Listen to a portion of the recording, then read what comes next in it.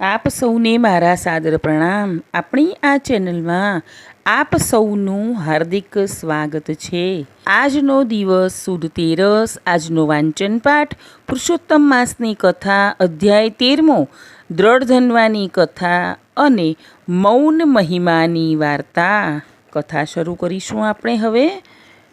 તો શ્રી ગણેશાય નમઃ, શ્રી વિષ્ણવે નમઃ. સૌનકાદી ઋષિઓએ પૂછ્યું, હે મહાભાગ્યશાળી સૂત, જેમ અમૃત પીતા તૃપ્તિ થાય નહીં, તેમ અમને તૃપ્તિ જ થતી નથી. હવે અમને પૂર્વ સૂર્યવંશમાં ઉત્પન્ન થયેલા દ્રઢધન્વા રાજાને પુરુષોત્તમ માસના સેવનથી પુત્ર, પૌત્ર અને પતિવ્રતા પત્ની કેવી રીતે મળી અને યોગીઓને પણ દુર્લભ એવા ભગવાનના લોકને કેવી રીતે પામ્યો, તે કથા અમને વિસ્તારથી કહો. સૂત બોલ્યા, હે બ્રાહ્મણો, હે મુનિઓ, રાજા દ્રઢધન્વાનું ચરિત્ર પાપોનો નાશ કરનાર છે.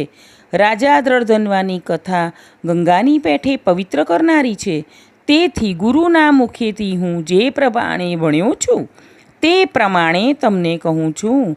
હૈ દેશનું રક્ષણ કરનાર ચિત્રધર્મા નામે પ્રખ્યાત રાજા હતો. તેને દ્રઢધન્વા નામે પ્રખ્યાત પુત્ર થયો હતો. તે સર્વગુણોથી યુક્ત, સત્ય બોલનારો, ધર્મને જાણનારો અને શૂરવીર હતો. વેદ પુરાણો શાસ્ત્રોનો અભ્યાસ કરી વિદ્યાભ્યાસ પૂર્ણ થતાં તે ગુરુને દક્ષિણા આપી પોતાના નગરમાં પાછો આવ્યો. ચિત્રધર્મા પણ પોતાના પુત્રને જોઈ પરમ હર્ષ પામ્યો. તે પછી પોતાના એ યુવાન પુત્રને સર્વધર્મનો જાણકાર અને પ્રજાનું પાલન કરવા સમર્થ છે એમ જાણી ચિત્રધર્માના મનમાં સંસાર પ્રત્યે વૈરાગ ઉપજ્યો અને તેણે મનમાં વિચાર્યું કે હવે આ સંસારમાં મારે શું કામ છે? હવે હું નિરાંતે પ્રભુ ભક્તિ કરીશ એમ મનમાં નિશ્ચય કરી તેણે સમર્થ દ્રઢધન્વાને રાજ્યનો કારભાર સોંપી દીધો. પોતે વૈરાગ્ય પામી પુલહ ઋષિના આશ્રમમાં જતો રહ્યો અને શ્રી હરિની ભક્તિ કરતાં તે પ્રભુ શરણ થયો.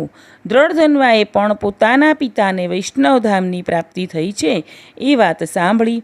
તેથી તેને હર્ષ અને શોક બંને થયા. તેણે યોગ્ય રીતે તેમનું શ્રાદ્ધ કર્મ કર્યું અને બ્રાહ્મણોને જમાડી દાન પુણ્ય કર્યું.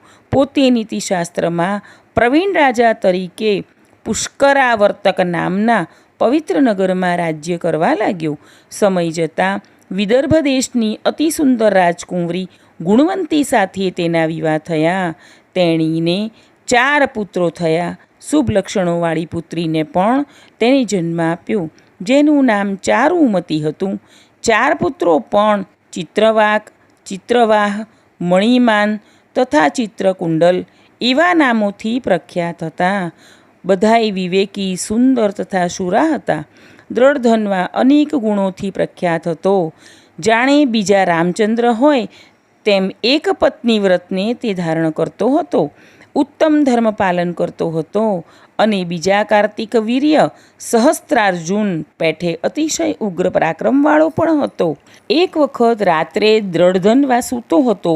તે વેળા તેને વિચાર આવ્યો કે આ આશ્ચર્યકારક વૈભવ, આટલું બધું સુખ કયા મોટા પુણ્યથી મને પ્રાપ્ત થયું હશે?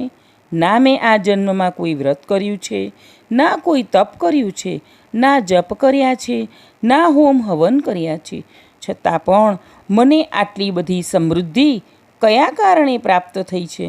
મારા ભાગ્યનું આ રહસ્ય મારે કોને પૂછવું એમ વિચાર્યા કરતો હતો. એટલામાં રાત્રિ સમાપ્ત થઈ. ઉદય પામતા સૂર્યની પૂજા કરી, બ્રાહ્મણોને નમસ્કાર કરી દાન દીધા. તે પછી તે ઘોડા પર સવાર થયો અને પોતાના રસાલા સાથે જંગલમાં શિકારે નીકળ્યો.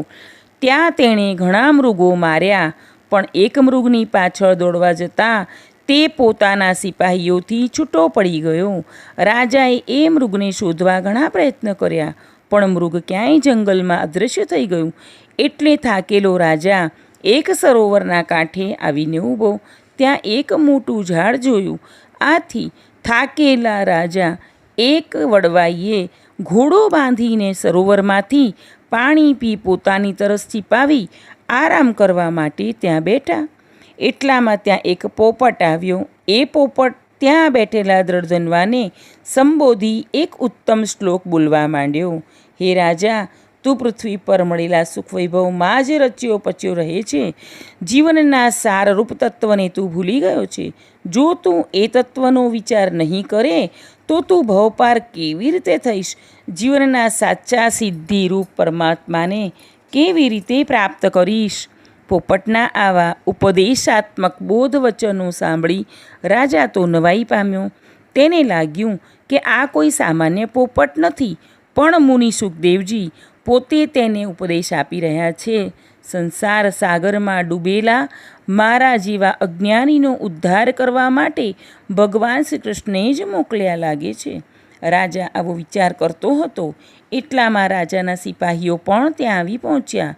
પેલો પોપટ રાજાને બોધ આપી અદૃશ્ય થઈ ગયો. વિચારોમાં ડૂબી ગયેલો રાજા સેના સાથે પોતાના રાજ્યમાં આવ્યો. રાજમહેલમાં આવ્યા પછી પણ તે પોપટના વિચારોમાં જ ડૂબેલો રહ્યો. તેને ખાવાનું ભાવ્યું નહીં. રાત્રે તેની ઊંઘ પણ જતી રહી. રાજાને આ રીતે ચિંતામગ્ન જોઈ તેની રાણી એકાંતમાં પાસે આવી રાજાને પૂછવા લાગી. ગુણસુંદરી બોલી, ઓ પુરુષોત્તમ શ્રેષ્ઠ, આ ઉદાસીનતા તમને ક્યાંથી આવી? આટલા કેમ હતાશ થઈ ગયા છો? બધી ચિંતા છોડી ભોગ ભોગવો અને આનંદિત થાઓ. પરંતુ પત્નીના પ્રેમ નિવેદનથી પણ રાજાની ચિંતા ઓછી થઈ નહીં. તે ઉદાસીમાં ડૂબી ગયો. પતિના દુઃખથી રાણીને ઘણું દુઃખ થયું. રાજા દ્રઢધનવા કઈ ચિંતામાં ડૂબી ગયો હશે તે જાણવાની તેને ઘણી કોશિશ કરી, પણ રાજાને એ સંદેહરૂપ સમુદ્રમાંથી બહાર કાઢે તેવો કોઈ ઉપાય તેના જોવામાં ન આવ્યો. રાજાને સતત ઘેરી વળેલી ઉદાસીથી મંત્રીઓ, સેનાપતિ, દાસદાસીઓ, નગરજનો પણ ચિંતામાં ડૂબી ગયા. પુરુષોત્તમ મહાત્મ્યનો દ્રઢધનવાની કથા નામનો 13મો અધ્યાય અહીં પૂર્ણ થાય છે. હવે પતિત પાવન પુરુષોત્તમ માસની વાર્તાનું રસપાન કરીશું. મૌન મહિમાની વાર્તા. અવંતી નગરીમાં 4 વેદમાં નિપુણ એવો જ્ઞાની બ્રાહ્મણ રહે. તપ જપ વ્રતમાં સૌથી આગળ રહે. મહિનાના ઉપવાસ કરે. 5 વર્ષના ધારણા પારણા કરે. એમ કરતાં એ 70 વર્ષનો થયો. ઉગ્ર તપના કારણે એની કાયા કૃશ થઈ ગઈ. અશક્તિ એટલી બધી આવી ગઈ કે લાકડીના ટેકે માંડ 5 ડગલા ચાલી શકે. એમ કરતાં પવિત્ર પુરુષોત્તમ માસ આવ્યો.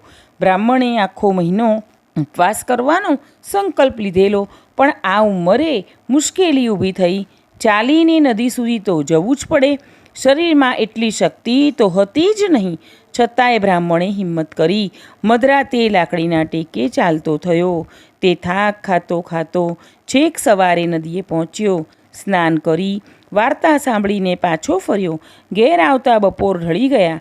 પાણી પીવાનાય હોશ ન રહ્યા. સીધો પડ્યો પથારીમાં. થાકના કારણે આંખ મળી ગઈ. સપનામાં પુરુષોત્તમ પ્રભુના દર્શન થયા. પ્રભુ બોલ્યા, હે ભક્ત, તારા દુર્બળ દેહથી શક્ય ન હોવા છતાં તે તારો સંકલ્પ ન તૂટવા દીધો. તેથી હું ઘણો પ્રસન્ન થયો છું. પરંતુ એક જ દિવસના ઉપવાસે તારી આ હાલત કરી નાખી છે, તો તું આખો મહિનો કઈ રીતે ટકીશ?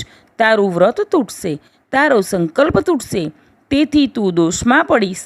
હે વત્સ, તારી દ્રઢ શ્રદ્ધા અને ધર્મ પ્રત્યે તારી પ્રીતિ જોઈને હું તારા પર અતિ પ્રસન્ન થયો છું. તારો સંકલ્પ ન તૂટે એવો રસ્તો ચીંધવા આવ્યો છું. હે ભક્ત, મૌનનો મહિમા અપાર છે. પુરુષોત્તમ માસમાં જે મૌન પાળે છે તે ભોજન લે તો પણ તેનો બાધ નથી. તું મૌન વ્રત ધારણ કર. સૂર્યોદય સુધી મૌન રાખવાનું. વળી જે નદીમાં સ્નાન કરતા, વાર્તા સાંભળતા, એકટાણું કરતા મૌન ધારણ કરે છે તે પુત્રવાન અને આયુષ્યવાન બને છે. તેનું મુખમંડલ અતિ તેજસ્વી બને છે.